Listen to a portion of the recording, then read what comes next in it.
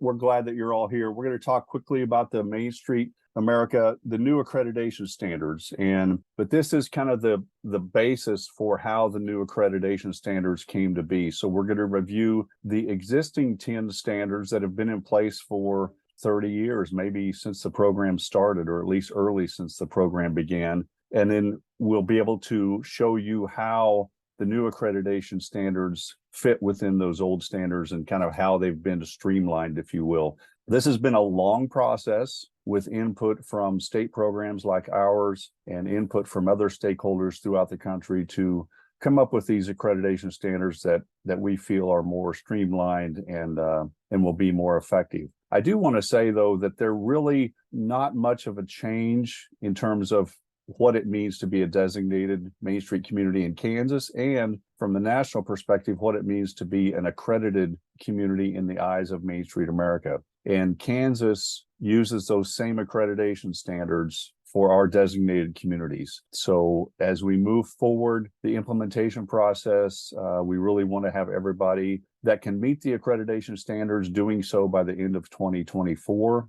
And we want to be flexible, meet you where you're at, and try and help you get there. But we also understand that not everybody will be there, and that's fine. It's not a bad thing if you don't meet these accreditation standards, especially early on, because it will take a change in the way you do things for some of your communities. So you'll see here the initial 10 criteria for being an accredited community that, again, have been in place for years. And it's a broad-based community support, having vision and mission statements, having work plans, having a historic preservation ethic, active board and committees, an adequate operating budget, professional management or a staff person, paid staff, ongoing program of training. That means not only training your local committees, but participating in state and national trainings, reporting of key statistics, those economic impact data numbers, and then membership in the National Main Street Network. We're going to keep those 10 criteria in these slides, and we'll show you how the 6 new standards meet within that area. So one of the new standards is broad-based community commitment. You could look at it as a change in wording from support to commitment, but it's really expanding the concept that Main Street is not the only one responsible for accreditation and the overall success of your downtown revitalization efforts.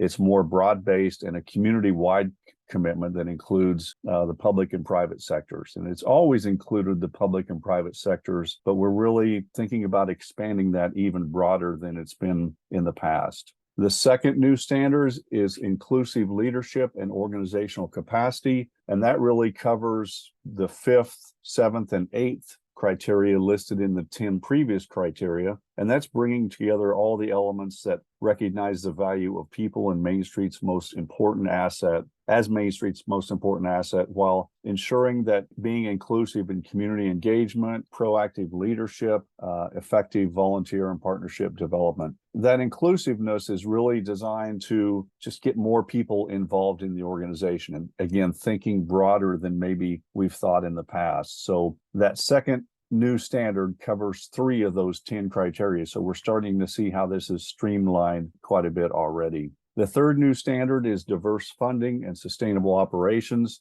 That fits directly with the 6th criteria of having an adequate operating budget. And that's really confirming the importance of building a diverse funding structure by expanding your expectations for public and private sector investment. And it's really, again, looking beyond where a lot of organizations have looked in the past. And we're starting to see that across the country and here in Kansas with organizations that are looking at funding from not just your downtown businesses and city hall, but looking at county funding, looking at other opportunities for public sector support, and looking at more private sector support from businesses outside of the downtown. And we talk about this a lot, that the importance of downtown in overall economic development efforts. So when you are trying to recruit industry to your community, or your chamber of commerce or your economic development regional groups are trying to bring in bigger employers, those companies want to see a healthy downtown. And they also will oftentimes be involved financially in supporting your efforts and making sure that downtown's healthy and viable. The fourth new standard is a strategy-driven programming. That really fits with the second and third criteria of having a vision and a mission statement for your organization, knowing where you would like to be in the future with your vision and what your current mission of the organization is, and then having comprehensive work plans. And that's really, again, expanding those expectations beyond the routine and elevating your program's focus and having a strategic direction that's identified through a process of community input and a clear understanding of your market conditions and opportunities. So there's the fourth point, and it fits with two of those previous 10 criteria. The fifth point is the historic preservation-based economic development. And this is what the foundation of the Main Street approach is built upon. And that's confirming that Main Street's a preservation-based economic development approach beyond just the built environment, but including things like your history and your heritage and your other cultural assets beyond just those buildings in your downtown. So we always stress that,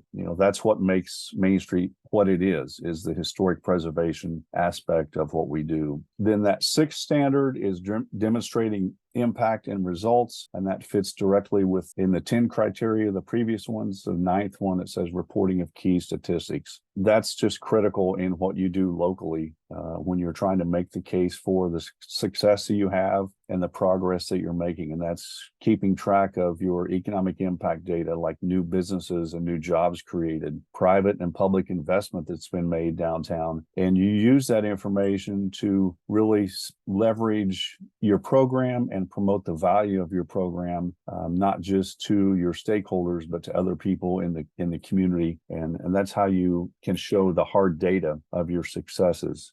That's a quick outline of the previous 10 criteria and how the 6 new standards fit with what will be moving forward with the new accreditation standards. And again, this has been a long process. I know when the state program here came back in late 2019, National had already been working on this process at that time, and they've taken a lot of time and effort and careful thought to make these new standards fit and be relevant for today's organizations. So you can see how everything kind of fits together. I was at the national conference, the last 2 conferences, there have been sessions about these new standards. There's been quite a few people who have kind of jumped back and said, hey, you're making us do all these new things. They're just kind of streamlined. It's not really brand new. It's just a different approach of looking at some things, but we're still meeting those 10 criteria. We've just streamlined it into 6 new standards. And again, these will be the new national accreditation standards, which is what the Kansas Main Street program will follow and expect our communities to meet. But again, we understand that it might take some time and there might be some hiccups along the way. So we're here to help you get to that point. And when this video is posted on YouTube and when we send it out, we will include some links that will help you begin to assess where you're at and look at what you need to do to meet those standards. Before we move forward, does anybody have any other questions? Hey Scott, this is Coral. Thank you for laying it out like this. The last couple of webinars that I've been on with National, where they're going over the new standards, they're not breaking it down like this. Like it truly does make it seem like we're adding 6 new ones to everything that we're already doing. And I think that's where, for me, that's where like I was trying to have a little mini panic attack. So seeing it like this and seeing it, okay, like these are this, and you're already doing all this, like you're covered over here. It's just restructuring. And I wish that's how they would have put it. Like we're restructuring, you're going to have to change some stuff. But anyways, thank you.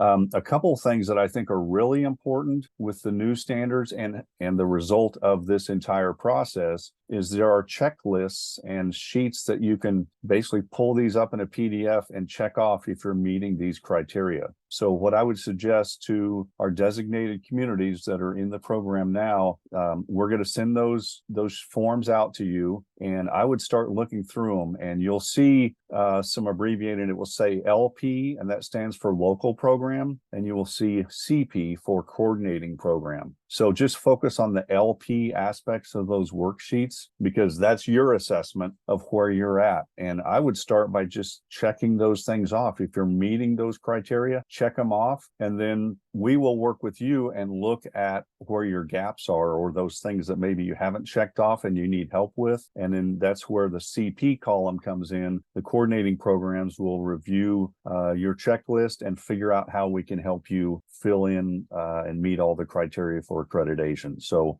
again, I think that's a great point, Coral, and I appreciate you bringing that up. It's really not anything that's new. It's just kind of streamlined and a little more focused and more inclusive and broad-based. And so it will, I think, be a good thing in the long run. I do want to emphasize that for those of you who are on the call or might be watching this video later who aren't designated communities, if you're one of our affiliate members or just somebody in a community program that's watching the video, hopefully this review of the accreditation standards will help you better understand what it means to be a designated community and go through that application process and be part of the program. There are over 40 state coordinating programs throughout the country, and I am pretty sure that almost all of us are following these accreditation standards and working to help our communities that want to be accredited meet those standards. So again, if you're not a designated community, this information will give you a good idea of what it means to be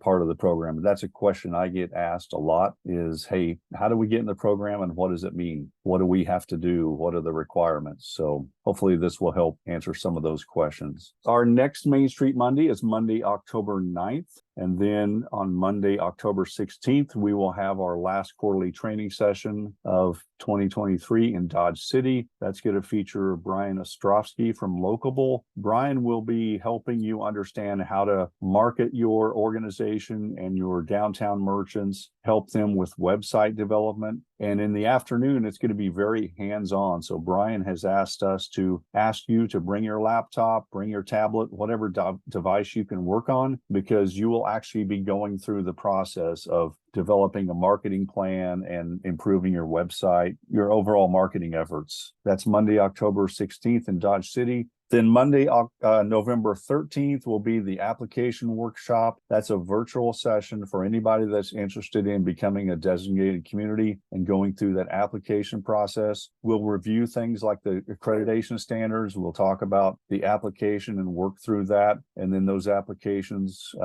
will be open till the end of January. So you'll have plenty of time to fill out that application and get that submitted if you want to. If you haven't done so already, I am more than willing to come out in your community and talk to a group of folks about what it means to be in the program and how to go through the application and be successful in that way. So don't hesitate to reach out if you would like me to do that. All right. Well, there's our contact information again. And don't hesitate to reach out, email, or call if you have any questions. We all